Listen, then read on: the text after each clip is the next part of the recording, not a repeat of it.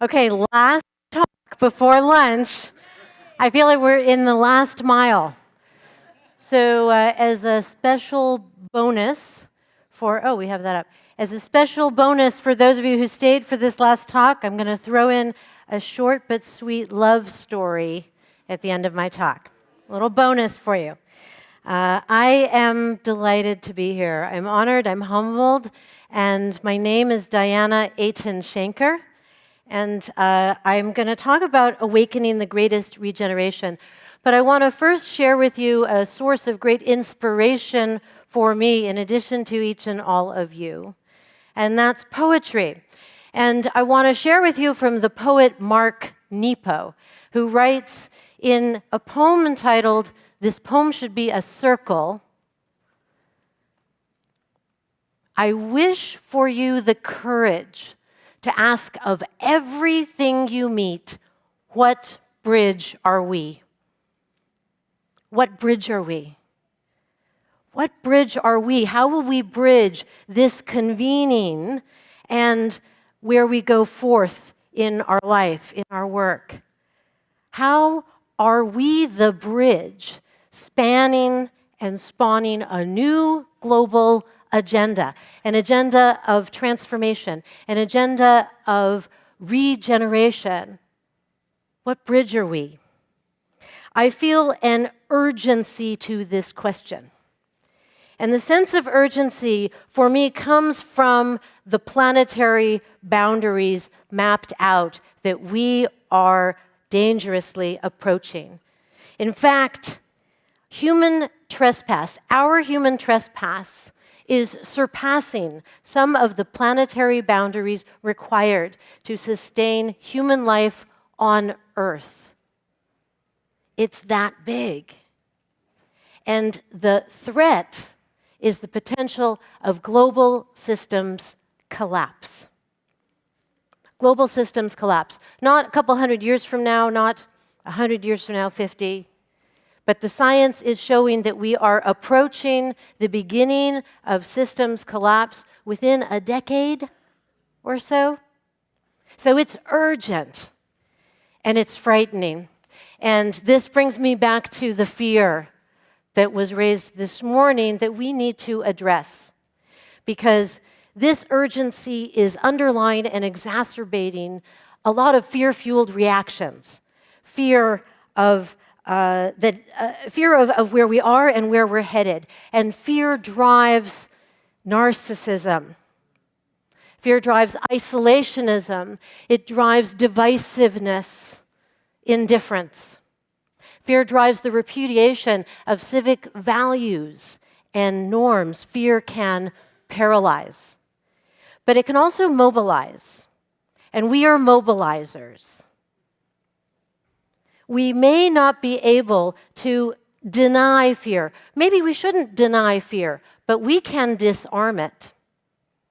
And we disarm fear with its antidote: compassion, hope, clear vision, and action. I do not want to frame or define our time in terms of fear. I propose an alternative. A new global agenda. Awakening the greatest regeneration. So some claim out of the Great Depression arose the greatest generation. Well, what if out of the Great Recession we awaken the greatest regeneration as a counter to fear, as a counter to systems collapse? What would this mean? What would it look like? What would it take? What would it look like and mean for human health, for societal health, for planetary health? It means we need to find new and renewed ways to be generous, to be genuine, and to be generative. It means we have to start where we are right now, right here, in our own spheres of influence, in our own stage of development, calling on our reservoir of insight. It means we need to create and excavate and accelerate new paths, regenerative paths for people, society, and planet. And these interconnected regenerative paths that connect the dots between people, society, and planet are at the heart of a new global agenda and the driving questions of our time. How can we be and become more human and more humane?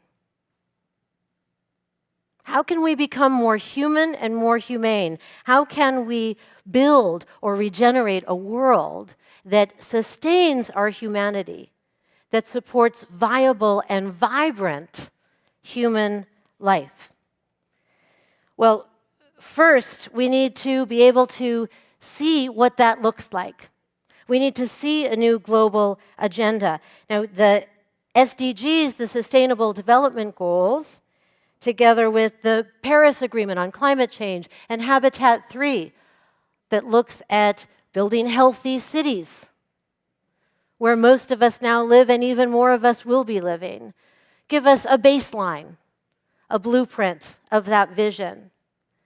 But my vision for the greatest regeneration goes past sustainability. I want us to go beyond merely sustaining or maintaining the way we live now, except perhaps more responsibly. Go past surviving to thriving. And we recognize that regenerative transformation is already happening all around us. We're seeing this groundswell rise up through the emergence of interconnected regenerative fields in medicine, agriculture, economics, and design.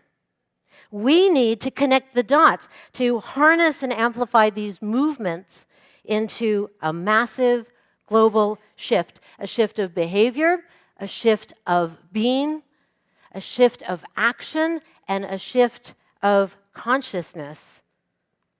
How will we do this? Well, manifesting large-scale social transformation is not limited to a linear process.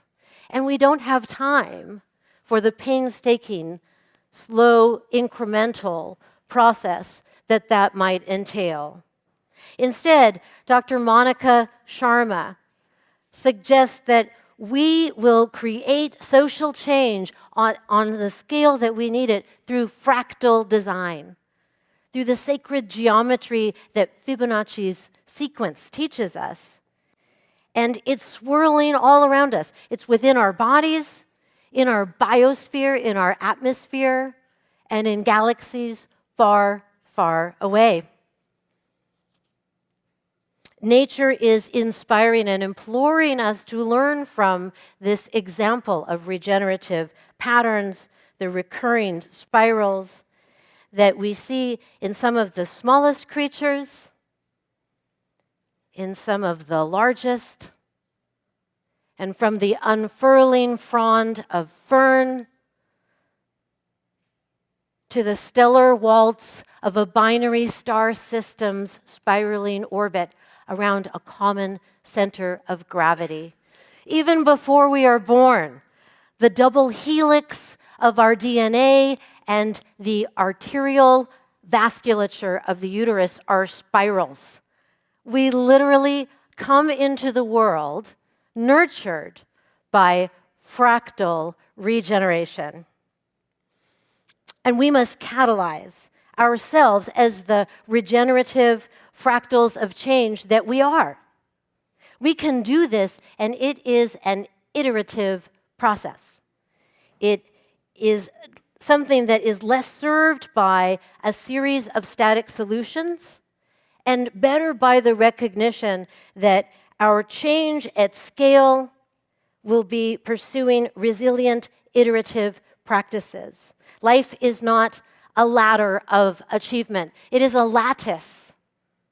It is a matrix of values-driven experience.